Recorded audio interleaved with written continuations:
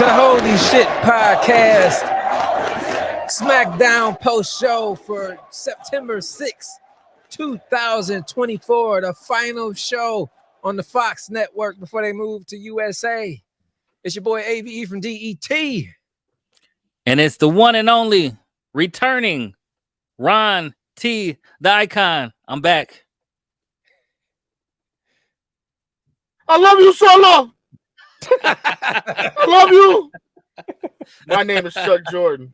Final Smackdown on Fox. I thought it was going to be lazy. Typically, when it's your last day on the job, you don't give a shit, but it was pretty decent. Pretty decent show tonight. I was wrong. Let's jump right into it. Yeah. No. Say it again. People want to hear you say you was wrong. I was wrong. they love that. The final Fox on SmackDown opens up with Cody Rhodes asking Edmonton that famous question, what do you want to talk about? But he already knows what they want to talk about, so he calls out the bloodline. Solo comes down demanding his title match against Cody, but Cody decides to stir the pot a little bit by saying, you stepped out the tribal chief's shadow. You showed you are a true leader of the bloodline, so you deserve a title shot. Solo replies, I know I do, but Cody cuts him off and says, I wasn't talking to you. I was talking to Jacob 5-2. This set the crowd on fire. They were chanting, step up, step up. Jacob steps up onto the apron. He's looking at Cody. He's looking at Solo. He's looking like he's trying to make a decision, but Solo gives him that look. And what does he say, Chuck? You just said it. His famous words. I love you, Solo. I acknowledge you, Solo. And then he steps his ass right back down. Solo looks at Cody, then says, you're going to be fighting me, but we will not be waiting till next week. We can fight right now. Bloodline enter the ring. They circle Cody, and out of nowhere comes the Street Profits and DIY to make the save. But before all hell breaks loose, Nick Aldis gets in the ring, stops everybody, says, hold all of this for the 8-man tag later on in the evening. I'm sick of all this bloodline interference. So next week, there will be a title match on the debut show at USA. Cody Rhodes, Solo Sikoa inside a steel cage. Now, this may be a coincidence. I'm not saying they copycats, but AEW has a huge cage match this weekend that everybody's talking about. And now they got a cage match. I'm not saying nothing, but I'm saying something. Yeah, it is what it is. Now, since you just came back, Ryan, your thoughts on the opening segment?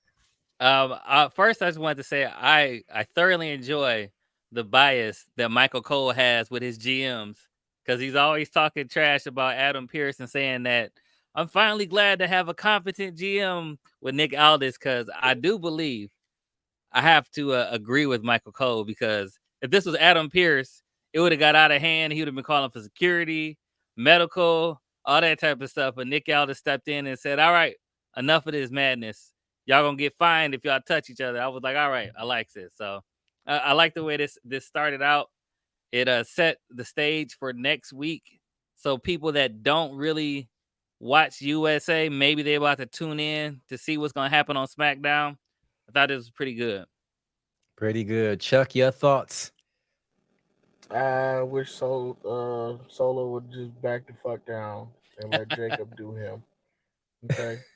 We want to see Cody versus Jacob. We want to see Jacob versus anybody. But I'm the tribal chief. We want to see Jacob. We want to see Jacob versus Point. We don't give a fuck about Solo no more. Solo, take your little thumb, right? You know what you can do with it? Sideways. I wasn't even gonna go there, Ron, but I like yours. Line it up real nice. What I was gonna say is you can just take that thumb, bring it close to your face, and go lay down somewhere. We're done. This is grown man wrestling. Jacob and Roman are grown men. Cody's grown men wrestling. We don't want to see you in there looking like Suge Knight with your little thumb that you sit out somewhere, son. Right. We're done with you. Yeah, I thought it was a good segment to open it up. The main thing that I enjoyed thoroughly was Jacob getting that rub from Cody, man. Finally, they are acknowledging what everybody on the internet is saying is great to see the WWE like, okay, we can't deny this anymore. The internet is saying it. Let's start saying it on TV. Jacob is the true tribal chief, man. You know me, I am by far no fucking Roman Reigns fan at all. At all. But if Jacob becomes the tribal chief, you're gonna start throwing up the ones. I will start throwing up the ones. Believe me. I will say that I do want to give credit to Solo, because he does have a lot on his shoulders very quickly, and I think he's handling it well. Yes. As Solo as a person, and watching him grow as a performer and all that type of stuff. But as a character, man, get out of here, Solo. Nobody want to see you. We want to see Jacob. Man, look, there's certain guys have that what is that? Je ne sais quoi, that it factor. Solo, you don't have it. Now I understand you your brothers made you go to college, your dad made you do all these other things before they, so, and we can tell you really want to be here. But these shoes are too big for you. Yeah, I don't think he has it for this role. And I think it's supposed to be like that on purpose. Take your thumb, pull it on back, and go lay down somewhere. 100%, man. While Solo, y'all made a good point. While Solo was in college getting his degree, that nigga Jacob was in prison learning how to be a real life boss. So that's why it fits him a lot better, man. I'm so glad out that he was in prison. Get off the fact that he was in prison, fam. Hey, man. He also wrestled. He also wrestled a lot. The streets in prison make real men. Ask Dom. Just ask Dom, right? Ask Dom. God, dogs. Dom ain't been the same. I knew it was coming. Ask Dom. Prison made Dom a real man. You know? Ron, you about to get him started. Stop. He got women fighting over him left and right. Prison did that. Oh, God, dog. You're right. Continue. What happened next? Jesus, let's get off this. Yeah, let's go on. But hell of a way to open up SmackDown. I thoroughly enjoyed. When this segment went off, I said, this is going to be a decent show, and it did not let me down. But next up, Nia Jax's interference backfired, and Bayley gets the win over Tiffany Stratton, planting seeds of doubt in Tiffany's head that Nia Jax's loyalty to her, instead of her usually being the one question about loyalty. Now the tables is turned. We're looking at Nia Jax a little bit, and Tiffany's kind of getting that sympathetic eye of a baby face. I don't know, man. Chuck, your thoughts on what's going on with the women's WWE title scenario? BBL Bayley. BBL Bayley. This is what happens when you have blind trust in somebody. It backfires. Okay, sometimes you have to pay attention to who you're following. You just can't be a blind follower out here. She became queen by being selfish. And I understand they put y'all together because y'all both had a selfish gimmick. But you know what happens when two selfish people sit in a room together? Somebody turn on somebody. And the briefcase is already being used as a weapon. So I think that the marketing scheme for Tiffany's briefcase is over with now. Cash in soon. Yeah, cash in is coming soon, man. Her and Pretty Deadly make a damn good group, man. I love seeing them on TV together. But Ryan, your thoughts on Nia Jax costing Tiffy the match against Bayley? I thought this was the right choice. I thought it was done pretty well. I thought it was believable, and I can't wait to see the backlash from this. And I also do agree that I think Pretty Deadly and Tiffany Stratton is a perfect 3 pairing that they did. And I would just say what did disappoint me about this is that I feel like Fox was trying to ruin it. They kept blacking the screen out like during the first parts of this match. It was so much blacking out the screen. I don't know what was going on, but like majority of this match, they trying to fans start cussing a lot. That's why I cannot wait. Or they got signs and or they going across the audience and they see signs that are just bad for their branding. They just go black. Exactly. That's It's definitely what's happening. I'm glad that they're gonna be like on USA because it barely happens on USA. It happens too much on Fox. But I did 100%. enjoy the match. I thought it was done well. I thought that Tiffany still looked strong, and the fact that it was like a distraction the wrong way shows that she could beat Bailey, but Nia Jax blew it for her. So I'm excited to see the backlash for this. Okay, and after weeks of vignettes and promos from Giovanni Vinci, he takes an embarrassing loss against Apollo Crews, who got lost looking for catering and accidentally ended up in the ring with a win. How do you get all that promo, them Razor Ramon vignettes, just to show up and lose? Like, Ryan, explain this to me, please. First, when I first saw this, I was like, "Oh man, why they gonna just sacrifice Apollo Crews again? Why they doing this again?" Then afterwards, I was like, "Okay, I get it." Uh, I think I see the route that they're going. It's gonna be a redemption arc for Giovanni Vinci because he got put out by his boy that he thought he had and kicked out of Imperium. And now he comes back and I could do it on my own. And he's going to have probably a string of losses and embarrassing himself. And I think they're trying to turn him babyface. And I think that's the way to do it is that you got to bury him and have a redemption arc. So if that's where they're going, I'm with it. But if they're going to use him just to get people over, that's kind of messed up. But I hope they're going that redemption arc. Right. Chuck, your thoughts on him losing in some Gucci? Was that Gucci? I think it was a whole Gucci outfit he had, and he took a L. I honestly thought, wow, another Carmelo Hayes. But he's not him. Another arrogant son of a bitch who just full of himself, and y'all gonna wait for me to take my sweater off. No.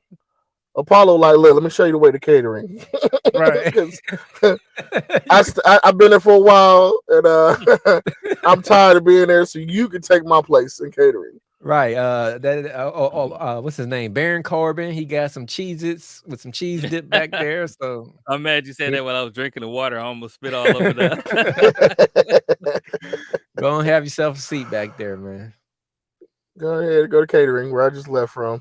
Man, I wish Giovanni would have got the win. I had a little bit of hopes for him. I was like, oh man, I like these they got vignettes. quesadillas back there. Hold on, let me help you out. Them quesadillas, I heard slap, man. 3 seconds. Was it? They said 3 seconds. Yeah, it was a segment. I think Legato del Fantasma was back there in a segment today eating something, man, having a little meeting. Man, but sorry for Giovanni. Better luck next time. But next up, we got Kevin Owens. He defeats the former tag team champions all by himself in a triple threat handicap match. But afterwards, 8-time down, they get the last laugh as they jump KO and leave him laid out. Then backstage, a couple segments after, 8-time down is backstage. They tell Nick all this. I don't know why they said this. He already beat y'all ass. Now you want him to get a partner. But clearly next week, KO is going to have a partner. And he will be fighting 8-time down in a tag team match. But Chuck, your thoughts on KO getting the win tonight? I honestly thought to myself, where's Cody? True. Because every time Cody needed somebody, Kevin came running. Yeah. Ooh. But the one time KO needed help, there's no Cody. Ooh. And if I was KO, considering Cody's busy with Bloodline, I see. Of course, we're going to get Randy or fucking Orton. But it just leaves the dawning thought of where was Cody? That's a good. I didn't even think about Randy, but I should have. I don't know why I didn't. You're right. They are. It's probably gonna be Randy, 100%. Your thoughts, Ron? I think I agree with Chuck. I think they're gonna do what somebody else was talking about online about bringing Randy back in around KO. After next week, they're probably gonna be Randy Orton talking about getting his title shot and all that type of stuff. I think that's where we might be leading to. But I can't remember. Was it who was running his mouth to Nick Aldis? Was it It was Grayson Waller. Grayson Waller? And it's always Grayson Waller that's putting him in a bad spot by running his mouth all the time. So I like the little division that they had where Austin Theory is about to get the win, but then Grayson Waller got the pin over him, and he broke the pin up because he was trying to steal it from him. I like this keep continually seeing the cracks, and I don't know if they're gonna pull the trigger next week, but it's definitely happening soon where Austin Theory is gonna get tired of it. They done had their finger on that trigger for like months now, man. Just kill yourself at this point. Jesus Christ, what the hell? I don't know which bullet they're more afraid of pulling, that one or the New Day. Right? No, they definitely afraid of. Well, they can't do the New Day now because They can. They're just gonna change storylines. Yeah. Call an audible. Bring up Oba. We talked about that on NXT. Oba should fill that spot, man. Come on, man. But anyway, next up. Hey, Ron's back doing the Oba dance. Right. They missed that, Ron. I was trying to do Knight it for you. Comes out tooting his own horn, which brings out Mello to the ring, saying he's next up for a next title shot. Then that brings Andrade out, saying he's next up, causing all type of confusion, which leads to fighting and ends up with both Andrade and Mello getting hit with blunt force trauma, and the champ leaving out with his belt head held high, with everyone saying L.A. Knight. Yeah. See, I mean, yeah. But y'all thoughts on this, Ron T? As you see, I'm wearing my LA Knight glasses today. For those who can see it, I think he's looking more and more like a good champ, man. I like seeing him with the whole aesthetic with the title and the vest, and he got a new vest and everything. I think he's looking like a competent champ, and I figured that this was going to lead to either Carmelo or Andrade. So we'll have to see who is going to be the number one contender. But I think that is either one of them is a good matchup for LA Knight. And it might end up being a triple threat match, which I'm also okay with because that'll be a really good match. That's what I was thinking. What about you, Chuck? I was upset with the vest. You didn't like the vest? I like. Here's what's messed up. I like the look. I really enjoyed the look. He looked like money. He looked like success. He looked like a wrestler. But I've been seeing a lot of things lately where they just keep comparing him to Rock and Austin. Mm-hmm. And both Rock and Austin both had vests. And now he's coming out with a vest. I just was like, no, don't do it. Like he need to get him a full leather jacket or something like that. Like do something they don't do. They both have vests. Don't do it. At least he got the comes you know. Comes out walking with a vest. I'm like, oh damn. Right. Damn. Oh well, it's LA. Who would you rather see him fight though? Mello or Andrade or all three in a triple threat?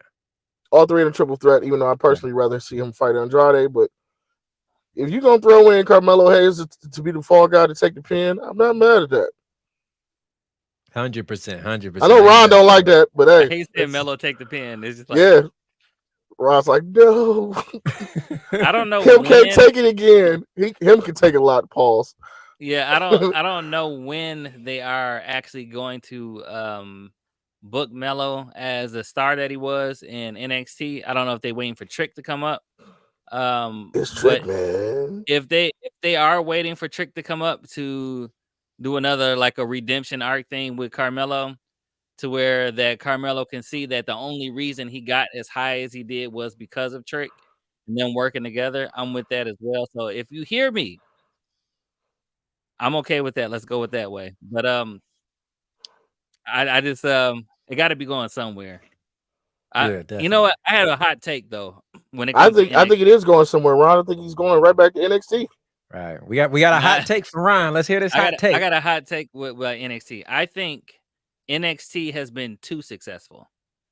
And I think it's a good thing, but it's a bad thing for the main roster because they built up too many stars in NXT. So when they come up, you have all these people that were there before that are already established, and you got all these future stars, and you don't know what to do with them. So you got a lot of stars that are kind of just sitting somewhere in the middle. So I think that they need to introduce the European title needs to come back. And I think that they need to bring back the Cruiserweight title. And I think that's a way to give the other people that are not really in the weight class that you would think will be a heavyweight champion or something like that, something to go to. And then European is another title that somebody can go to that's around that weight class or something like that, because you got too many people that's talented that's sitting in the middle of the road because NXT was too successful in building too many stars. Yeah, that's a great take, man. I didn't even never thought about it like that. You are 100% onto something there, man. 100%. Although we come to the end of the road, and that's what it's feeling like when NXT stars come up. End of the road. If they mess up Oba, just stop it. Yeah. Just stop it. Leave him in NXT. All right. How you cannot mess up that man. Seriously. Or Roxanne. If either one of them get botched, or Trick, I'm writing the biggest Karen letter to WWE creative they've ever read in their life. I'm telling you. We're going full Karen mode. Full Karen. If you mess up Roxanne or Oba, you'll be hearing from me, Triple H, Paul. And anyway, next up, we got Chelsea Green. She redeems herself after getting handled this week on NXT by Julia. And she gets the win over Michin with assistance from Piper Niven. No, pause. Did y'all see the Instagram post? No, which one? There was a backstage segment with Chelsea after NXT. She was like, I don't understand. She was like, how could this happen to me? The CW stands for Chelsea wins, right? Right? And everybody just shook their head. It was like, we can't with her right now. She's like, but that's what it stands for, CW. Chelsea wins. Chelsea wins. I was like, that's why she was there, other than take the kick. But I was like, Chelsea that's the Lulu. She's the Lulu. I love her. She is amazing, man. I really wish she would have won Money in the Bank. I'm not mad at Tiffany getting it. You know, she's making it worth her while now, but Chelsea is underrated, man. Yeah, she's great. But go Your ahead, thoughts on this, Chuck? I mean, Ryan. I'm with it. I like the way they surprised me this SmackDown. They've been doing really good booking this show, and I think they did it correctly by having Chelsea win, especially they're in Canada as well. And did anybody else see that Piper Niven actually kind of came down on Michin for real a little bit? It was like something a little off about it. I'm like, that might have hurt. That might have hurt her for real. But fam, I think people watched Chuck's Angels and was like, we tired of her because not threw in the trash can, and now Piper's full waiting on her. I'm like, dog, y'all trying to kill her. Stop. They put Michin against all the heavyweights, but stop. Shit, but $150, if that. That's probably the next match though, Piper Niven versus Michin, which I'm all for that as well. But 100%. I thought Chelsea winning was definitely the right move. So Chelsea wins. Chelsea wins. She didn't win Tuesday on NXT against Julia, but I don't think a lot of people will win against Julia. She's a force to be reckoned with. We'll get to that next week on NXT, though. This is SmackDown. And SmackDown's main event. It was not the Bloodline getting the win. It was Jacob Fatu getting the win. He single-handedly beat two tag team champions, former tag team champions in DIY and the Street Profits. Tag solo, lets him get basically the 1, 2, 3 that he could have got himself. This is going to run dry eventually. There's only so much Jacob can do to be wrecking shop before he wakes up and realizes what Cody saw at the beginning of the segment, and that is you are the real tribal chief. Chuck, your thoughts on the main event? How do I say this without sounding really fucked up? The truth with the boot no longer has a boot. Yeah. I think I said it all right there. Ryan, what you think? I think I said it all. Pretty much, like man. If y'all heard my rant before when I was talking about Jacob, when I was fanboying over Jacob. Pause. And I was talking about him being the truth with the boot, wrecking both tag teams with a boot. A boot. He no longer has the boot. Now he can run full speed. Now he can jump. Now he can. This man single-handedly took Roman off TV for 2 weeks. Right. He took KO off TV. He took Randy off TV. I don't even know how Cody got back up, but we didn't see Cody for the rest of that day, but we saw him the following week. I'm just using this to hype up Jacob right now. It's not a personal shot. I'm just saying we saw this man comes in, wreck shop, and leaves. And like that t-shirt Roman had when he came back. Yes.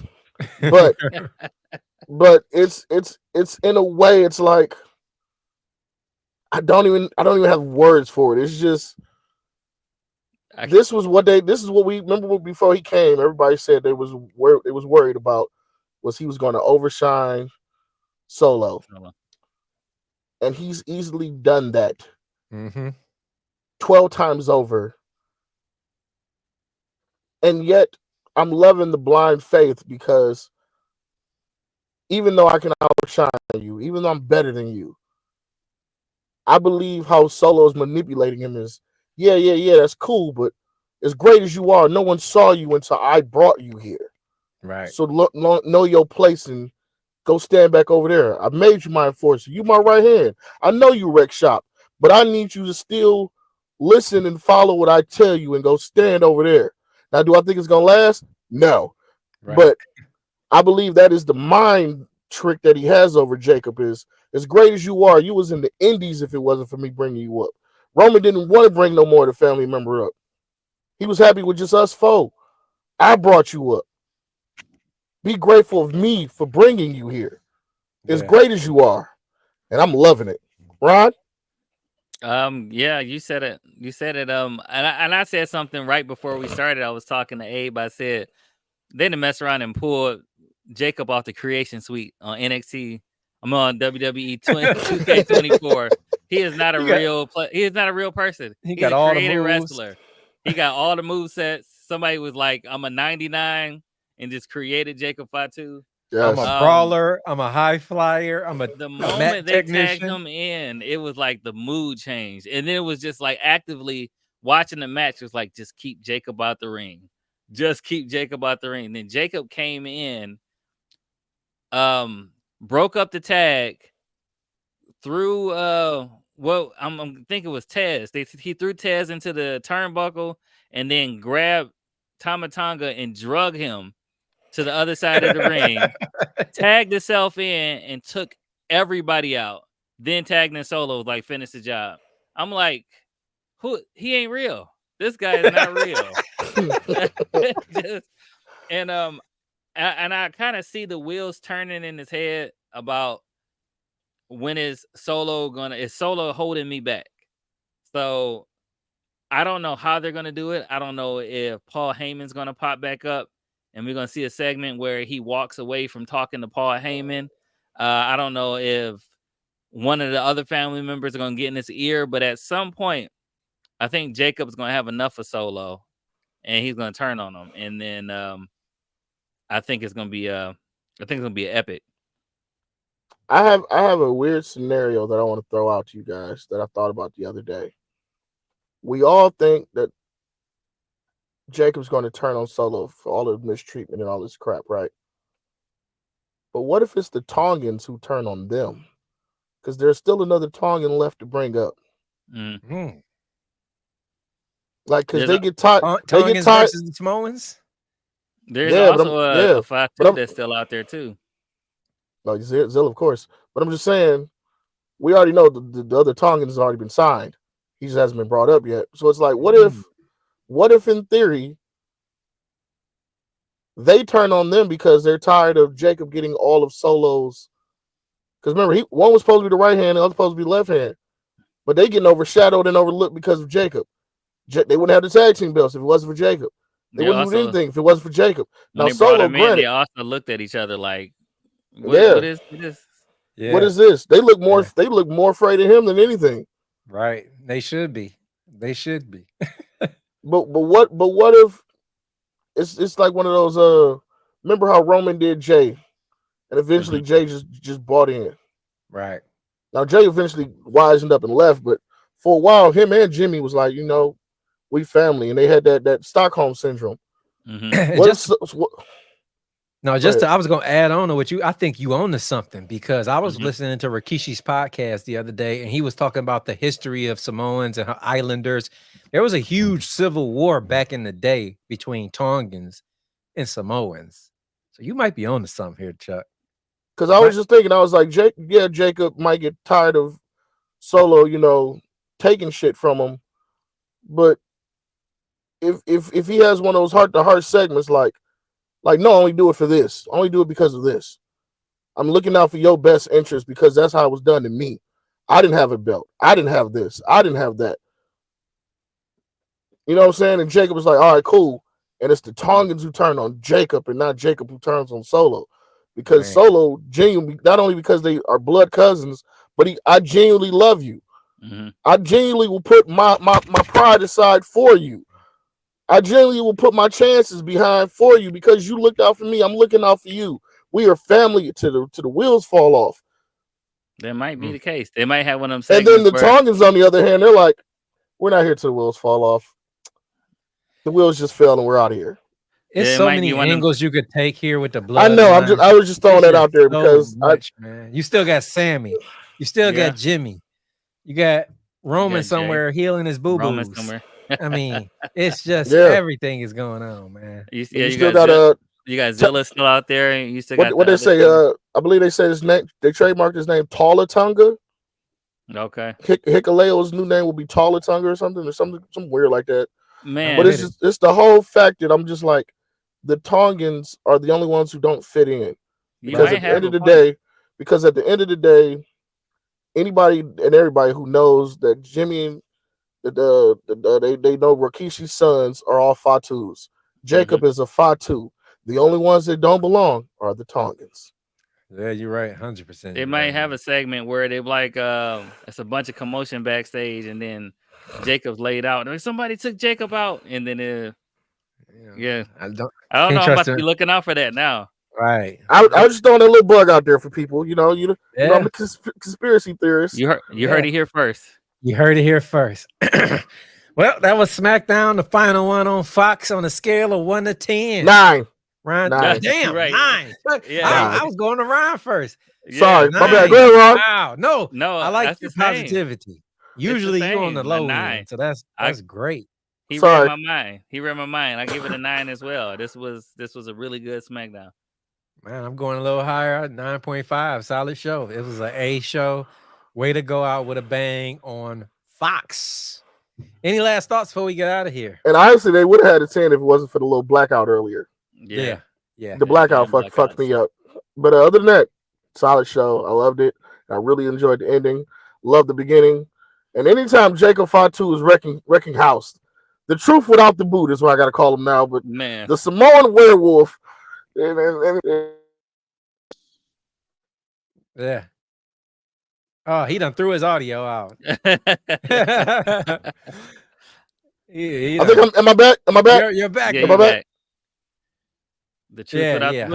100%. This is a great show. The truth without the boot, with only a few words. I love you, and I acknowledge. That's it. That's all he got. He don't say nothing else. That's all he got to say.